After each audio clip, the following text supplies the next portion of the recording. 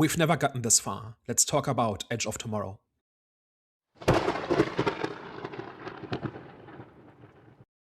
Hello, everyone. Welcome back. We are back, the Eye of the Storm podcast. Today is another episode of Have You Seen? And for the people that aren't initiated, Daniel, do you want to let the people know what it is and what we're going to be discussing today?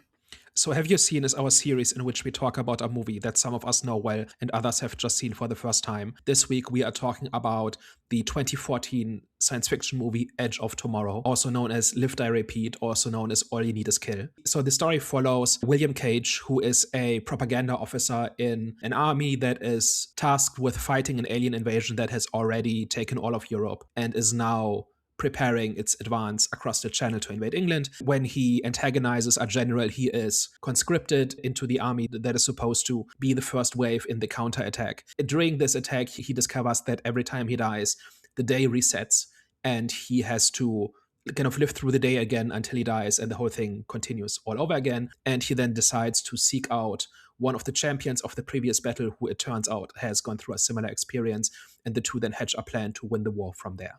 So I've seen Edge of Tomorrow a bunch of times, and I also read the book maybe 10 years ago. The original story is a Japanese light novel. The context is completely different. It's told from a Japanese point of view, if I remember correctly, but the basic story is kind of the same. And I saw the movie, and I've seen it a bunch of times. It's one of those just really solid movies that you can watch over and over again and just have a good time with. But you just saw this for the first time just now, right? So what's your takeaway for Edge of Tomorrow? This movie is fantastic. This is great. Not really much to complain about. And even when I thought I had a gripe at the ending and how that played out, I was like, no, actually, that kind of makes sense. And like you can kind of like rationalize the ending of the movie a little bit based on sort of kind of the context and based on what was provided in the movie. But with these type of movies where you're kind of repeating the day over and over again, you can almost like run the risk of like the gimmick becoming a little bit stale. But I think what this movie had was great pacing, like throughout the movie, in terms of when we're first introduced to Cage, to when he first discovers that the day is repeating, to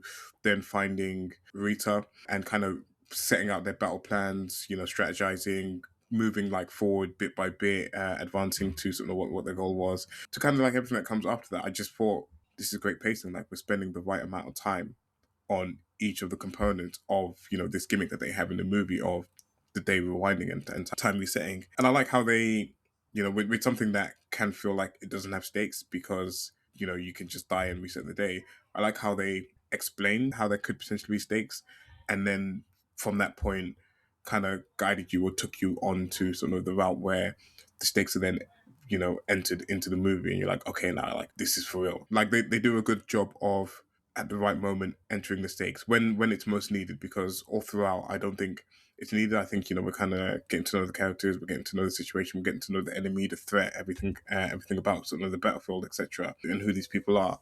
And then it's just at that right moment, it's like, okay, now that you like somewhat care about these characters, here's a level of sort of jeopardy that's being entered into the story.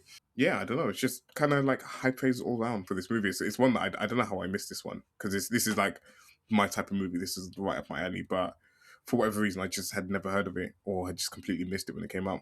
So this made a decent amount of money, 370 million, but it's against a $178 million budget. So probably slightly lost money and didn't set the world on fire at the time, especially considering it's a Tom Cruise movie. One of the things that kind of it struggled with was that it kind of released under three different names. In the theatrical release, it was one name, and then on the DVD release, it was another one, and they changed that midway through, and it's all a little bit confused and confusing. But over time, I think it's become kind of an appreciated classic where it's sitting at something upwards of 90% on Rotten Tomatoes at the moment. And people kind of just recognize that this is just a really solidly told story and a solid movie. I think you hit on one of the really big things, which is the use of the time loop and the use of pacing, where we see enough of each loop in order to get the point across, in order to create the sense of repetition and tedium that he is going through.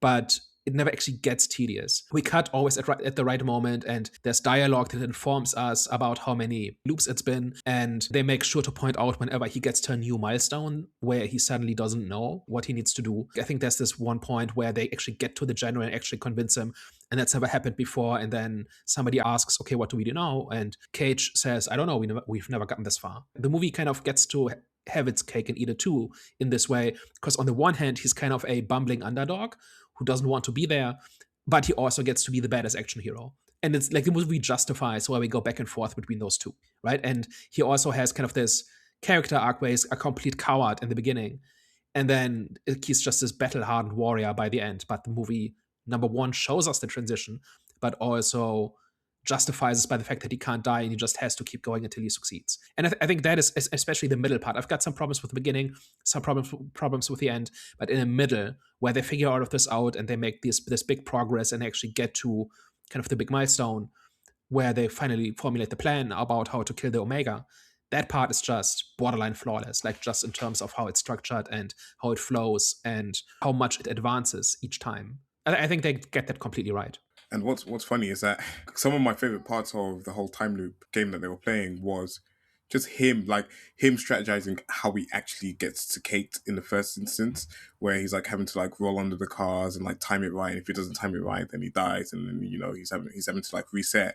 It's like small stuff like that where you could quite easily in another movie kind of skip that part out and just have like that implied off screen that he's able to do it, but actually it takes the time to show you that even him trying to like maneuver again, it kind of makes you appreciate the character, because it's like, how much do you have to remember, how much do you have to kind of rely on getting everything precisely right every single time. And it's not the first time, because even once they've got to the point where he's confident to get into K, he still has to remember each of the steps every single time. And then the movie really does make you feel that. And like you were saying in like the dialogue as well, I felt like they injected a really nice like moment of like heart, where again you can kind of see that these two will kind of end up falling in love or like together or whatever. But it was just like that moment where we don't know, we're experiencing them getting across the battlefield for the first time and trying to get on the plane, but then it's just like small things where he's like trying to keep her off the plane, or he's trying to he's kind of remembered how many sugars that she takes because he's done this so many times. I feel like they kind of use it in the right way, where for us it's the first time, but clearly for him he's done this many times and he's agonized with this, and he can't go forward because every time he goes forward, and if he does complete the mission, she dies, and she dies permanently, and he can't have that, so he's trying to find a way where they both survive. So yeah, I think just like you said, everything about that was just like completely flawless. And I do think they convey that he basically lives a lifetime in this, right? Like, it's, if you add up all the days, it's probably years and years, right? If not more. So he does mature kind of over the course of a day, right? Like, by the end, he's a completely different character than at the beginning. And he even has a dark night of the soul kind of thing where he kind of gives up and just goes AWOL, like in one loop, and just hangs out at a pub. And then he sees the consequences of his failure, which is that the aliens come up, like swim up the Thames and just kill everybody, and it's just over. And after that, he goes back to what he's supposed to do. This kind of does something right, which I think a lot of movies currently don't do very well, which is kind of show kind of this thought process where not only does he change, but we see him changing, and we see him go back and forth, and we see why he changes his mind. And I think it's stronger because of that. And it does a good job of turning someone that isn't battle ready, like you said, someone that's a bit of a coward, bumbling idiot at the start of the movie, how they become trained and able to sort of hold his own on the battlefield. Because first we see it, and then as he's sort of getting better, we don't have to see him get to the final point, but we've seen the loop, we've seen why like he's getting more and more experience, and why he's sort of getting more and more knowledge on not just the battlefield and what's happening, but also the stuff that he's using, even when he's like requesting extra things like extra grenades or extra bullets for some of his guns, because he's just like more and more comfortable in the battlefield and in sort of the weaponry that he's using. I think this kind of goes against, like, one thing I noticed is Tom Cruise has a reputation for always being the hero, and I think I've read in a bunch of places that he would just outright not accept his characters being either villains or too flawed. And I think the one big example, or a counterexample of this, is Tropic Thunder, which is I think 2008, something like that. So several years before this, and where it's notable that he plays an unsympathetic character. He kind of plays like the greasy film producer in that one. And everybody holds it up as like that's the one time he plays against Ty, but I think this is the other one. And if somebody knows Tom Cruise's filmography a little bit better, maybe there's more examples of this, but broadly, he does not play unlikable or flawed characters, right?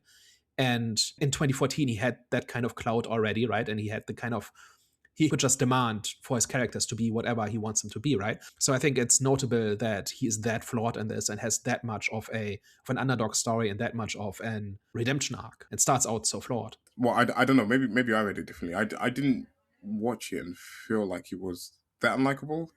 Not unlikable, but flawed. Like he's weak, he's cowardly, Yeah. he's not the big protagonist hero guy. And generally, Tom Cruise insists on playing those kinds of characters. Okay. Yeah. On that side, I hear it. He does eventually by the end of the movie kind of get to that point where he's Mhm. like the leader and he's the hero and he's like saving everyone and wins the day in the end. But he spends like the bulk of the movie essentially just dying over and over, right?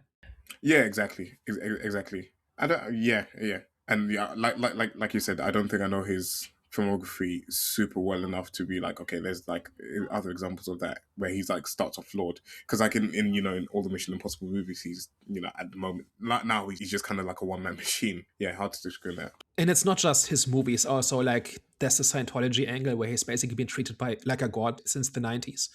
And so he just does not show weakness. He does not put himself into that kind of position generally, right? Because he doesn't have to. This is just something that's very much against type.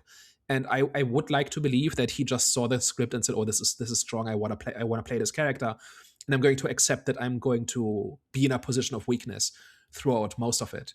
And then the other one is Rita, right? Where it's even debatable which of the two is the protagonist, right? Like, I guess Cage is it in the end, but throughout the movie, they kind of go back and forth between whose story it is and who supports who, right? I can see that. It always kind of felt like it was Tom Cruise in the movie, but I can see how he was almost in the first instance when he first comes in, almost like a support for her, like a tool for her to use in terms of she once had the power, and then now it's with him, but she's having to use him to sort of kind of fulfill her end goal. She had a lot of agency in this. She was heavily involved. She wasn't just like just kind of discarded on the side. She was like heavily involved in the strategizing, the planning, what they would do, etc. And even when like the moment I discussed where he didn't want to let on the plane, she was kind of still the hero in that situation where she's going to see the plan through no matter what, even if she did die. So I can see how you would say that. Like they kind of go back and forth between at first she enables him to make use of the time loop powers, right? And then once they've got that figured out, he enables her, like he thinks the mission is to get her to the Omega to kill it because she's the big war hero, right? And then it switches back where she trains him and is very much in a mentor role. And I think there's at least 3 or 4 or maybe 5 times where it switches. And I think in the end, in totality, they are kind of co-leads, and they only can win because they're both there and because they're both bringing out the best in each other, right? Like essentially filling each other's gaps, right? What the things he is bad at, she is good at, and the things she can't do, he does, right? And I think that's a cool dynamic where it kind of goes back and forth between those two things.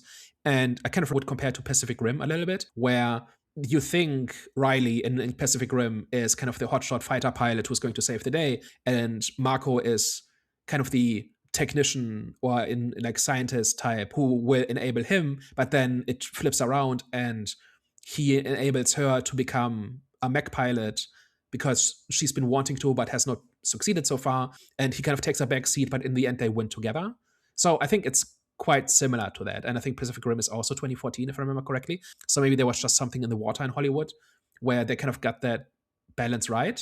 It's kind of interesting because with a lot of movies, I think we've talked about this a few times, where they don't get this balance right, where like in order for a character to be the hero, the other has to be the chump, or one eventually takes the back seat, or one has to be portrayed as excessively flawed so that the other can seem more noble. And like it's stuff like that, right? Especially if you're male and female lead. That's where that tends to happen, right?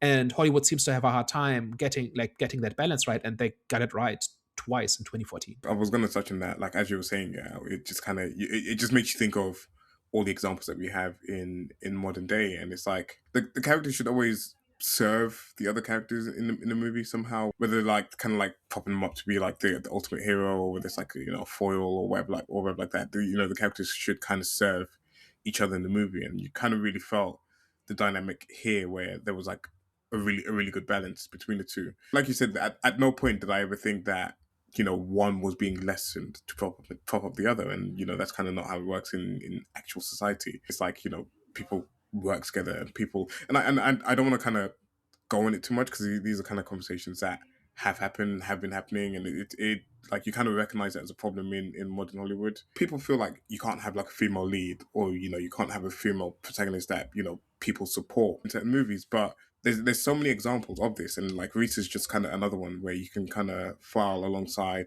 Sigourney Weaver in like Aliens, or Sarah Connors in Terminator, etc., where they're serviced well, and like they're done well, and it's not done at the expense of other people in the movie. It's just we like them for the characters that they are, no matter how flawed they are. My bottom line is the character should serve the story, and characters should be as good or bad or strong or weak or noble or flawed as the story demands.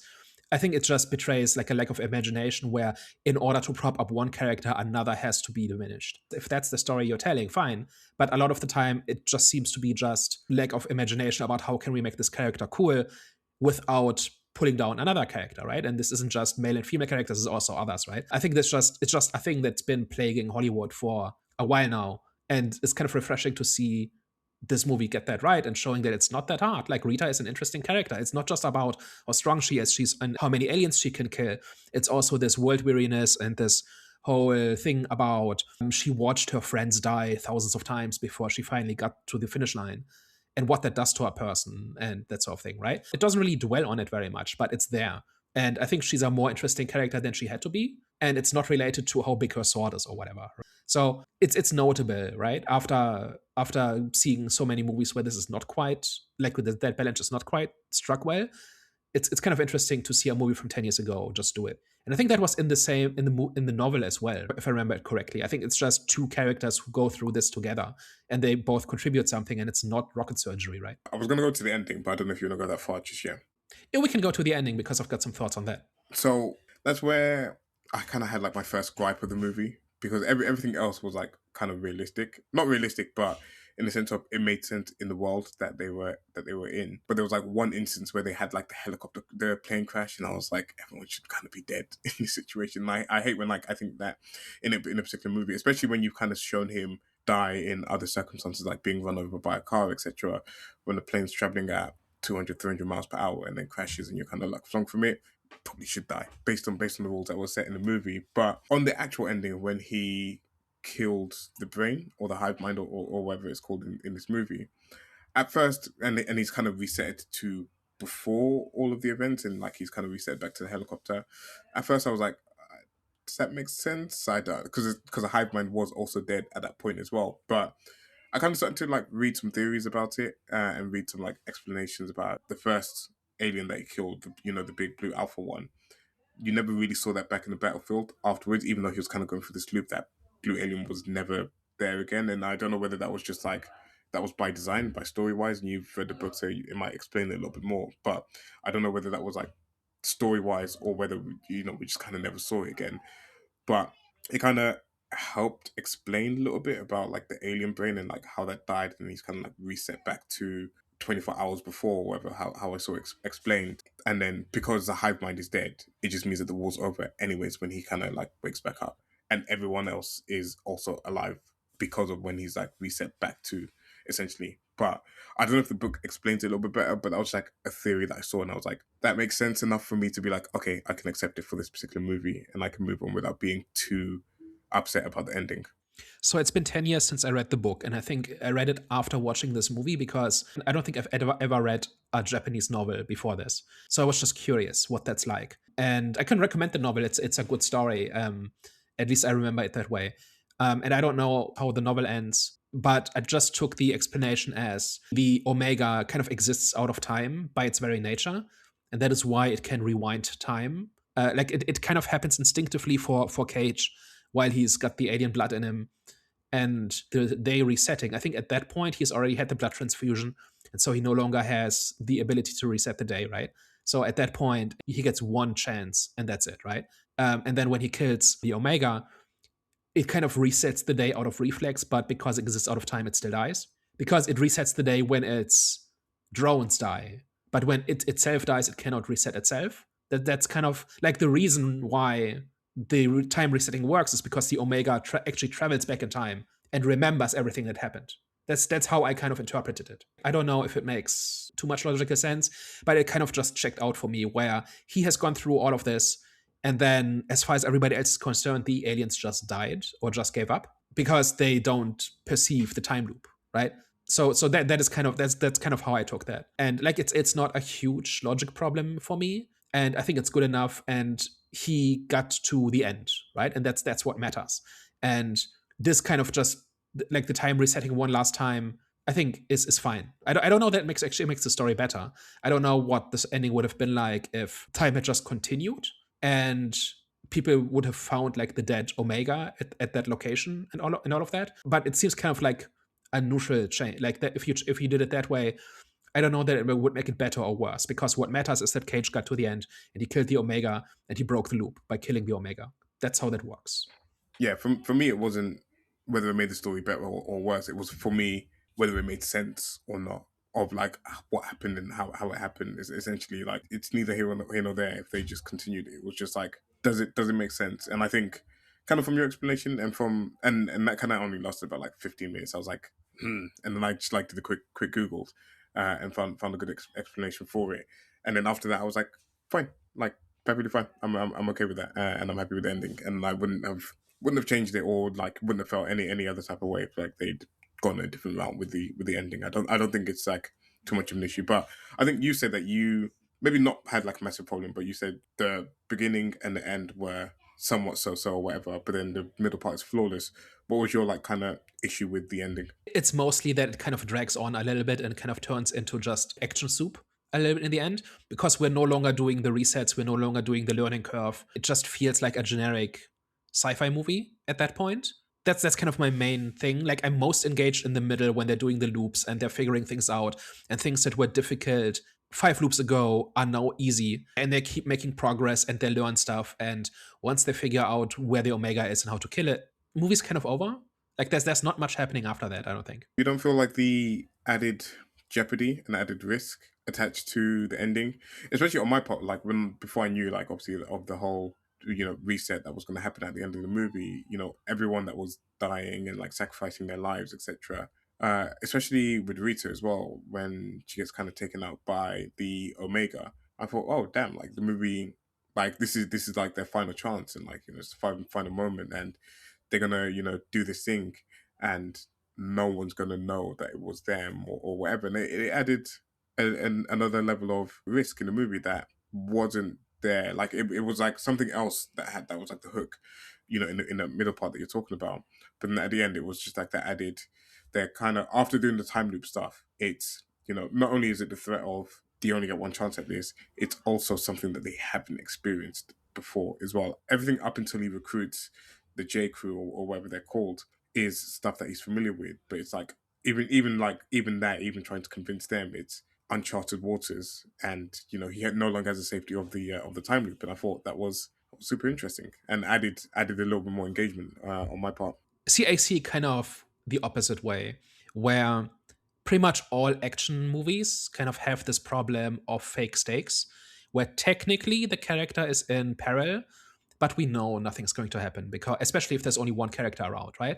If there's supporting characters around, you can play the game of okay, which of them is going to die. But the main character is definitely going to succeed, and they're definitely going to survive whatever danger gets thrown at them. And that is kind of why like gunfights and chases are kind of boring a lot of the time, because there's no chance. Like there's not Game of Thrones where somebody just gets hit by an arrow and then dies from an infection. There's a reason why Game of Thrones broke so much ground when it first came out and blew people's minds, is because stuff like that would actually happen, right? Like characters would actually die, and you wouldn't know until it was over who even the main character was, and characters would sometimes die from stupid stuff. And that gives us a sense of realism, but it also meant that you never knew how a battle was going to go or how a fight was going to go, because the story had already established early on that nobody was safe, there's no plot armor, and any plot armor that exists is so well hidden that you can't see it until it's over, right? And in hindsight, you can tell who the protagonists are, but if you when you first start watching the series or reading the books, you don't know, and characters just die and disappear, and Cage is not going to be like this, right? Rita dying is kind of like the height of this, but I think the movie overcomes this because Cage and Rita keep failing. And then the movie shows us what they've learned and what they do differently this time, and they show us why it works. Right? That's kind of where the fun comes from. And that's generally the case with like time loop movies, like Groundhog Day is similar. And there was like an Amazon movie from a few years ago where a guy is stuck in a holiday resort and he has to survive like the wedding from hell like over and over until he figures out how to break the loop. And like these movies live from characters failing and failing until they figure out what to do differently and then they succeed. And so the failure is baked into the story. And that means we don't have these fake stakes because the stakes are real and the whole point of the story is finding the solution to the stakes and then winning in the end. And once you take that away, I don't think it's still there. And at that point, it turns into a generic story, like a generic action story. And at my advanced age, I just don't feel like there's any excitement or tension in that kind of fake stake. Like the movie has to actually find ways to create real consequences for actions, and most of them don't. In most of them, the characters just survive because they're the protagonists and they have to. And I think, like as time goes on, I find that less and less interesting, and I cannot switch it off. I cannot unsee it. Once you know what's going on, and once you're aware that you're watching a story as opposed to experiencing a person's journey, if the movie does not succeed in achieving that level of suspension of disbelief, danger is just fake. It just does not have an impact, at least for me. I'm normally the same on that, and I think the whole time I knew kind of Tom Cruise will probably be fine by the end of the movie, but it would just kind of like you were saying about like those additional side characters that were failing or being picked off, and I don't know whether we needed to spend more time with them or not, because like I kind of half cared but half didn't at the same time, because I don't think they're like a big focus, but I don't know. I felt the bravery and I felt the sacrifices, especially with the guy that didn't want to leave his friend behind and kind of went out in a glorious blaze. I kind of bought into it a little bit more than I usually do in these type of movies, and I think the movie, in my point of view, anyways, just kind of did a good enough job of not me thinking that Cage was going to die, but being invested in, especially because I actually think it's the point where when we first see them land on the beach or where they're fighting and like pretty much all of them die. And it's not the same situation at the end of the movie, but it's still a situation where people are being picked off. And at the start of the movie, they're reliving the day. But at the end of the movie, again, at that point, you don't know that they're going to come back. So you kind of feel like, oh, like this is actually it for them. A little bit more than you do at other points in the movie. Yeah, and for me, like, and that's all fine. I'm not saying it's bad. I'm just saying it kind of loses its appeal because at that point we're doing standard action movie stuff, and characters don't really learn very much after that. And like at that point, right? At some point they kind of figure out where the Omega is and what they need to do to kill it, and at that point they kind of just execute. It does not feel like either Cage or Rita learn very much at that point, at that stage in the story, and it's getting very close to the end, and maybe that's not where you put that. But I'm just saying the entire movie has been this approach to figuring things out, and at this point we're done figuring things out, kind of thing. And yeah, you're right, like characters still die, but Cage behaves differently because he has like a lifetime of experience at this point, so it unfolds differently than when he was kind of the rookie in the beginning and all of that, right? That's all true, that's all there. I'm not saying it's terrible, I'm just saying it's not what I signed up for with this movie. That kind of brings me a little bit to the beginning, which I think is very tedious. And like the first 15, 20 minutes, I kind of have to sit through, and then it kind of gets good and really gets good once he starts doing the time loops, especially everybody in the military, like from the moment he wakes up at the base to when he drops to the beach, everything is tedious and awful and annoying. I surprisingly don't have any logic problems with the alien invasion. Like in the beginning, like when the movie first starts, I'm a little bit, okay, why do they just drop in one place, and why is there ground war, and why aren't there meteorites just dropping everywhere, and why is there a front line, and why is it such a close analog to World War II, and so on, right? Like with continental Europe and D-Day and kind of the counterattack launching from the British Isles and all of that. But once we figure out that this is like not an intelligent civilization, but rather they kind of just drop somewhere and then start attacking until they've picked the planet clean. then they continue. Like at that point, they just land where they land, and it goes from there, right? So that part kind of works out. But I have logic problems. Like, first of all, they seem to be winning at that point. At least they think they are. They don't know that they're being set up by the aliens. And it seems to be a volunteer army because Cage is creating propaganda that is getting hundreds and hundreds of people to sign up. Why is he being press ganged into this? And why do they not show him how to take the safety off? And why do they not flush him out of basic training as soon as they realize he doesn't want to be there? You know what I mean? It does not quite sing, I don't think. Yeah, I didn't think about that. Because at that point, they're talking about how these are volunteers and they're all gung ho about taking the fight to the aliens and all of that, right? Nobody has been conscripted. This is not like a conscript army where people are given a rifle and say aliens are that way. If you need more ammo, pick it up from the guy who died before you, right? Like it's that cliche from World War II, which I think is a little bit exaggerated. I don't think the Soviets did it quite like that, but like there's like you know the image, right? You know the trope. And it's not that kind of situation, right? These are volunteers. They're given like this high-end hardware, but somehow nobody shows Cage how to use it. And the first time he dies because he can't turn the weapon on. Why? The fact that J Squad hates him because he's a deserter is like, that's fine at all, but it seems like the scenario means there should be no such thing as a deserter, or if there are, like they should just be kicked out and put in jail because there's enough volunteers. Maybe it is an element of like because he's a deserter that they have like less sympathy or love for him or like less care about him and they just kind of like shove him out there because you're a deserter and no you should actually be fighting this war next to us. But I don't know. It's a good thing I'm not the director or the writer of this movie because I don't think I've got like an answer for that part. But I don't think I had the problem when I was watching it. The only part I was like questioning was like him and like him being an officer and him being like a higher rank and how no one would check that or no one would make sure that he was who he was, etc. They kind of just like set him up and threw him in there, unless they were like conspiring against him. But it doesn't seem like that was the case. But I don't know, especially when he's also wearing like the officer uniform as well. So it's like clearly an officer, not clearly an officer, but there might be some merit to what he's saying, but no one really checks out or no one cares. And it's not even like that they, in the movie it's kind of established that they don't go right away. They, go through some type of like boot camp where he then devises a plan to go into Masivita. So there is opportunity and there is time for them to kind of see who this like recruit is that they've just kind of dumped on them. But they just don't. And I was like, that was like a small issue I had at the start.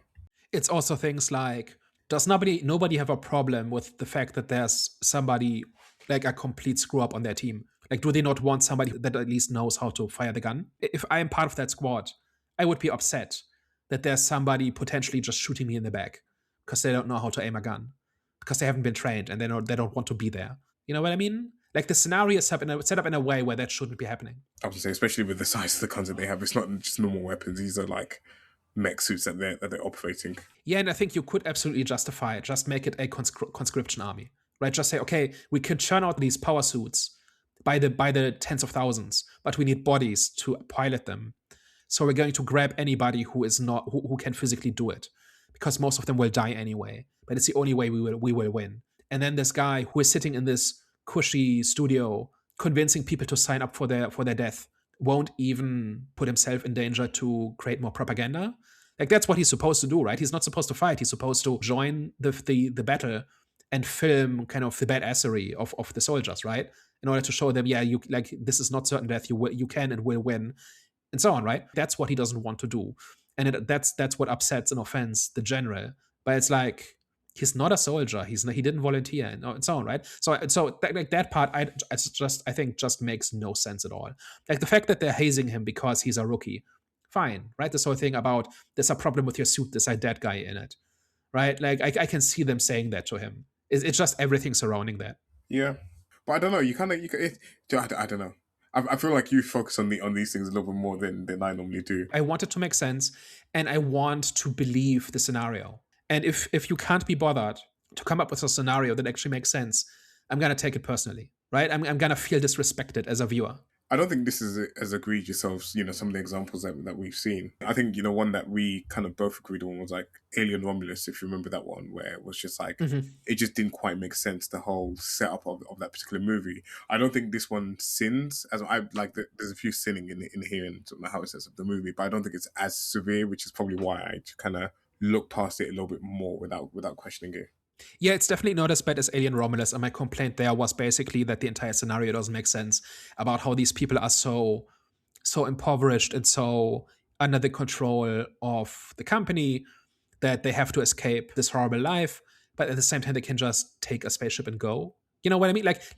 We talked about that for an entire hour, and I do think there's a problem with this. Edge of Tomorrow is not nearly as bad, but you still have to sit through about 15 minutes of it, and I would rather not. There's ways to change the scenario. Like I said, make it a conscription army and make them a little bit more desperate, or put actual blackmail into this that Cage has to do this, but there's a reason for why he cannot simply tell people what's going on, because either somebody he cares about gets hurt, or he loses all his money, or even don't do it at all and just have him show up at the base and weave it into some dialogue that he's not really supposed to be there and that he upset a general and this is his only way out or something, right? Like don't show us this whole nonsense that just out, like you just have to ignore everything that's being said for the first 15 minutes or so. And that, I think that's a little bit of a problem. That's also the part where you establish the stakes and you kind of set the framework for everything that happens after, right? Like just how desperate things are, for example, and apparently not very. Like everybody's in good spirits and nobody, like there's no bombardment from the aliens and nobody's taking precautions. Nobody's even concerned about the aliens attacking. They're completely fighting on their own terms and stuff like this. And then why do they need to press gang somebody into it, or why is that even a thing that's accepted? Why does the drill sergeant not say, no, I'm not having somebody on my team who is like this? Like I'm not endangering all my people over this. You know what I mean? It just does not add up. And everything else about the movie does add up, I think. And that's why the beginning kind of sticks out as much as it does. One more thing I wanted to talk about is how, and we kind of got into this a little bit with the resets every time Cage dies and all of that. It's quite video gamey, isn't it? What do you mean by that? It's basically boss fights, right? Like every time, like he gets into an encounter and he loses, and then he figures out the strategy and he figures out the boss's tells and movement patterns. And then once he has memorized them, he wins in the end after getting good enough. And then he moves on to the next challenge. It's very video gamey, right? It is very easy. Like whenever movies kind of try to emulate that kind of dynamic, it gets very hokey very quickly. It stops making sense. It stops feeling like a real thing. And here they're using the time loop conceit to kind of recreate that dynamic. But at the same time, it's not a video game adaptation. This is not like, I don't know what. Like if somebody made a Dark Souls movie, it would unfold a lot like this, right? Like the main character keeps failing and failing and failing, and then they figure out the right moves and then they win. Like that's how that would go. I think it's just notable that it uses this kind of very gamey conceit without actually being based on a game, and it works better than for just about any video game movie.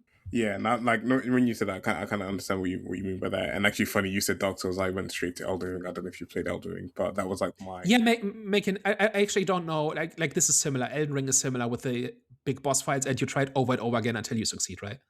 very much so. And you frustratingly bash your head across your screen until you finally defeat that boss. Yeah, This is a little bit of a tangent, but in Dark Souls, you are undead, right? And you keep getting reincarnated. And that is why you have this loop, right? Like you're not actually alive in Dark Souls, right? In Elden Ring, is it explained? I can't remember. You're what's called tarnished, and I can't remember exactly what tarnished means. I'm not super into like the lore of it, so I wouldn't know if you're like undead or not. But you're tarnished. I'm just wondering if an Elden Ring movie would have that as a plot device. It's not that important. I was just wondering. But yeah, but like I think Dark Souls is kind of like or like Souls likes are kind of like the classical example of a gameplay loop that kind of works out like a time loop movie. Yeah. There's like a few examples of this, right? Like there was a Doom movie like 20 years ago, and there's like a sequence where it turns into a first-person shooter, like in the big action sequence. Like it's a standard action movie for most of it, and there's like one scene, like kind of when the heroes really go on the offensive against the space demons. It turns into like a first-person camera kind of thing with a gun in the bottom left of the screen and so on, right? And it never quite works, right? Like if you try, like, and we kind of had this with Five Nights at Freddy's as well, where that completely drops anything to do with the game, right? It just takes the lore and then just tells a story in that universe, but it doesn't try to emulate the video gaminess of it at all. Which I think in 9 times out of 10 is the right way to go, but here they kind of do it.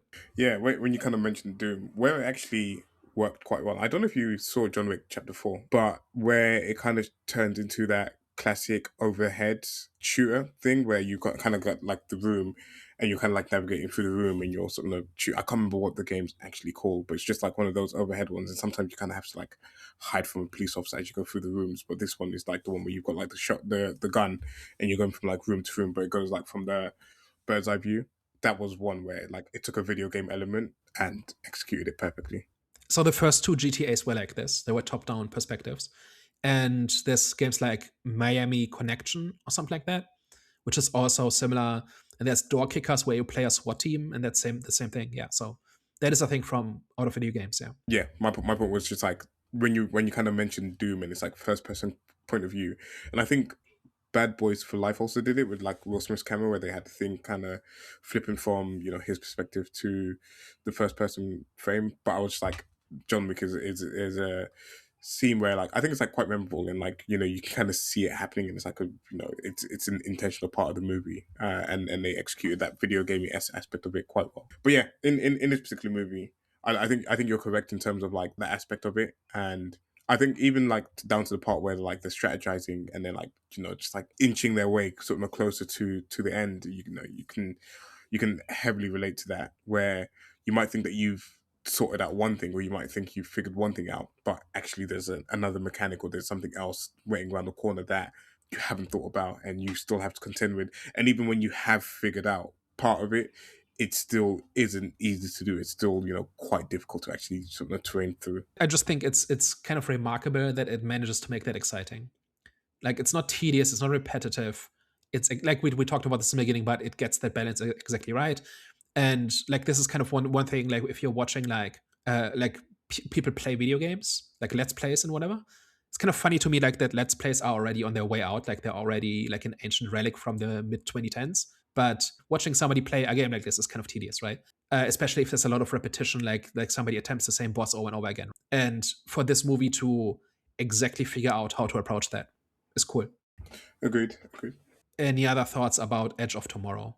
No, I don't think so. It's not one that I think was like super deep or anything like that. I think it's just like a very, very solid movie. It knows what it wants to do. It knows its premise. It knows, the situation that it's in and the story it wants to tell. And I think it just executes it really well. Like, is it like one of my favorite movies of all time? Probably not, but it goes into that category of like, this is very good, this is very solid, and I can easily recommend it to people, or I can easily put it on if there's a room full of people and we don't know what to watch. I can quite easily be like, we could watch Edge of Tomorrow. It's one of those movies, but it's not a masterpiece, but what it does very, very well. I actually think it's it's very good. Like I think it actually deserves like 90% is a tall ask, right? Like that shouldn't mean it's a borderline flawless movie. It's one of the greats and whatever. And I just think it's a really strong action movie, right? It has a very clear and distinctive idea of what it wants to be, and then it executes that idea. The reason I'm not as strong on the ending is because it turns more generic. Like it makes sense within the plot, right? Like it's not like they just stopped caring towards the end or they phoned it in or whatever. Like it makes sense in terms of what's happening and it's justified and all of that. But for the bulk of it, it just feels differently than any other action movie because it has a very specific vision of what it is, like what journey these characters are on and what the rules are. And it builds the entire story around those rules, right? And I don't think it ever breaks them. And I don't think I noticed a way, or a scene in which they established something earlier because it was convenient, and now they're ignoring it because it's convenient, right? It just like they set up pretty simple rules and then just kind of stick to them until the end. And I think that's one of the reasons for why this works. And then I think the action by itself, like ultimately, it's just like the aliens are a little bit generic, right? They're kind of just generic movie aliens, right? And ultimately, a lot of the fighting is just big guns, right? And explosions. But like this whole thing about like we don't like the aliens tend to lie in ambush, and so they use the environment, and they tend to win instantly if they get the jump on you, and that's the purpose of the time loop to kind of remember the danger, right? And like there's scenes where they stop running and they stop the action because they haven't quite figured out yet how to overcome the next challenge, right? And that has a different feel than just about any action movie, I think. And then in between we have real character moments, right? Like Rita and Cage have in turn like actual personalities, and their experiences shape them, and they kind of bond over being the only two people in the world who have ever experienced this, and hopefully the only ones who will ever experience this. You know what I mean? Like it's not just 2 hours of shooting. and running. I think there is stuff going on here on a character level, but it's woven into the actual story. And like we never really stop the story for the big character moment. Like we're recording this just as Stranger Things season 5 finishes. And that one commits the sin of constantly stopping the story so that characters can talk about their feelings, as opposed to incorporating the character emotions into the story and justifying their actions through their emotions, right? And I think this does it right, where like we know kind of what they're feeling and when they're getting tired and when they're getting frustrated and what they care about and how they view things, and that informs how like there's this kind of scene where Cage is just fighting these practice drones, and Rita watches him fail over and over again, but she realized how determined he is, and she realizes that this is not just some rookie trying to prove himself. There's something else going on, and that is why she gives him a chance. You know what I mean? Like that. Like there's stuff in this where it's not generic. It's always motivated by where these characters are, and because they experience such a long period of time, they change a lot in terms. Like it's almost like a movie where you see an entire war unfold, and the rookie in the beginning is the grizzled veteran in the end, and they are a different person, but you kind of know how they got there because you watch them go there. But here it happens over the course of a day, just that day several thousand times, right? And I do think they pull that off, and I think they're different people towards the end than they were in the beginning, and all of that, right? Which is none of which is genius or all that exceptional, but it works. Like they figured out what it is they needed to do, and they did it. I think that is why this movie is remembered 10 years afterwards. And it's not just a gimmick, right? The time was not just a gimmick; it actually drives the characters and actually drives the story.